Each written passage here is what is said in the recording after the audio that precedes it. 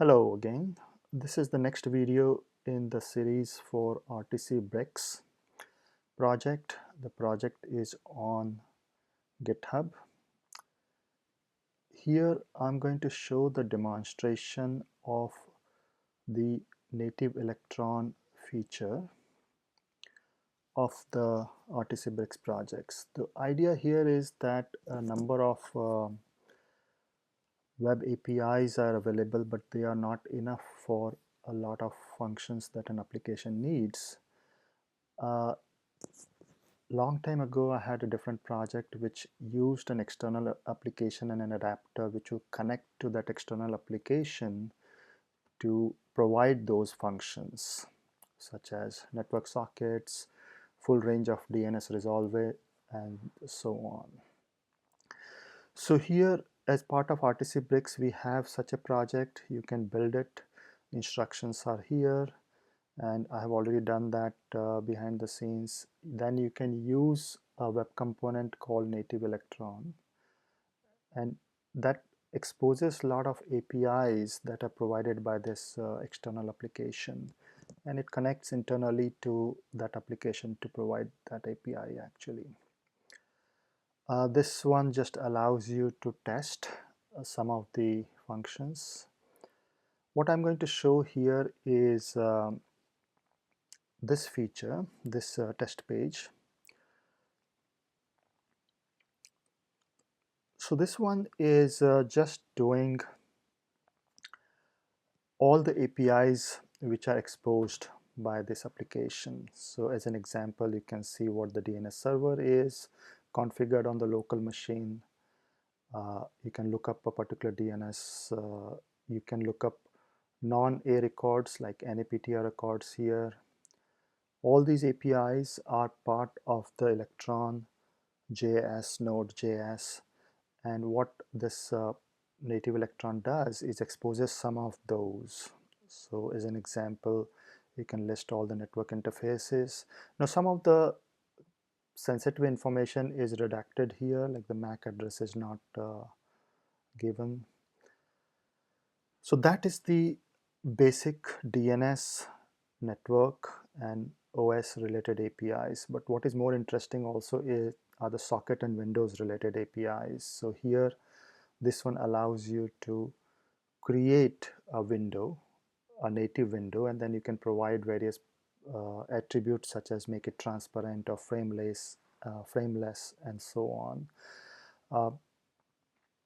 Then you have client server socket APIs that you can do. As an example, I can listen to this. So this starts a TCP socket and listens locally on the machine, but API is invoked by the web. The actual socket is created in the native application, and when I say listen for this, then I create another socket which connects to that one.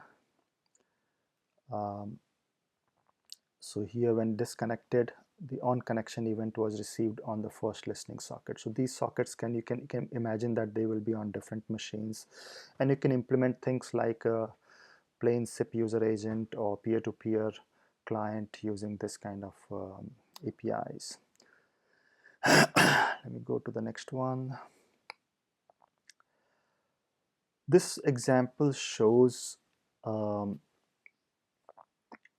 you can use it in a video conferencing use case. So what it does is it launches two windows which are frameless, transparent, and always on top, and they display the user videos. So here they are like draggable, and as you can see, they are not part of any window, but just on the desktop, on the screen. And this can provide pretty immersive and interesting use cases for video conferencing user interface.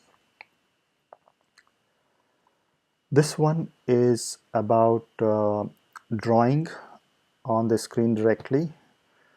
So it uses the native electron app for creating a transparent window and then drawing that on top of it. What I'm going to do here is show it on the local machine. This is just a color picker, so you can change the color if you like, and you can draw. Like you can see here that these drawings are happening on the desktop directly, not as part of any window or something like that. You can move this also somewhere else. This is just the color picker. And drawing can remove automatically delete after some time. All the details are part of this API. Now an important part here is access control, because the native app runs locally with and exposes certain APIs which are sensitive, like sockets and native windows, which can be invoked by the web app. So you want only authorized and authenticated web apps to be able to connect to the native app to use those APIs. So I provide three ways to control this access. When you click on the native app in the menu, you can see in the control, the first one just controls which web origins of the web pages are allowed to connect to the native app. First time a web page connects to the native app from an unknown origin, it prompts the end user prominently for a passcode, and it displays the passcode on one side of the screen so the user knows that. But that passcode must be entered in real time on the web app to authenticate. To demonstrate that, I'm going to remove this old passcode so that it will prompt me again from the local host, and try to run that sample application again here and see what happens. So, I need to restart, reload the page. So here this gets prominently displayed, and when native application, native web page receives the failure, it can prompt the user to say that enter the passcode which was displayed to you. Let me do it again one more time. D6B3. So if I enter D6B3, the access will be allowed and the APIs will continue. I can check that again here by opening it again, that it was in fact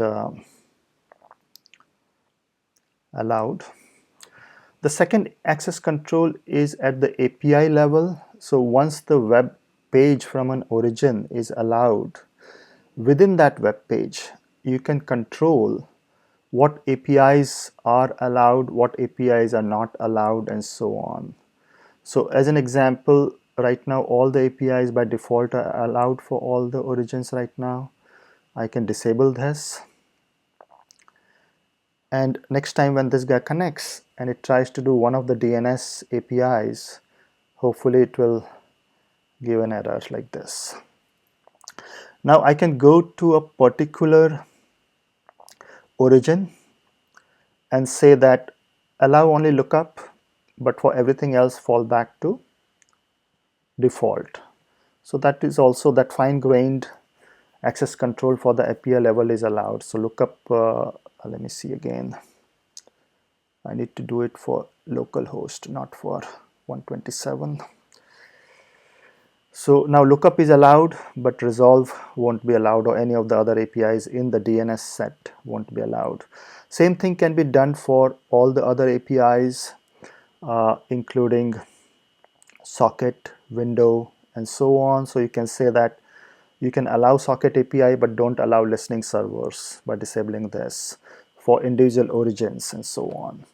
The third access control is within a page which is using the APIs. You can see which objects are currently active. So right now it says that there is a connection from localhost. That is what this is. And if I create some objects such as a socket server or a window, let's say this window was created. then those appear here. And what this allows access control is I can close those objects in real time, close the windows, close the socket, or I can just disconnect that page from being connected to a native app. So these are the different APIs available in the native-electron app, which I exposed using that adapter as I described in this component. This can be used for a variety of applications, like I mentioned, peer-to-peer applications, drawing on the screen in a video call or something like that, or displaying the innovative video call immersive experience by drawing this user videos on the screen directly. Thank you.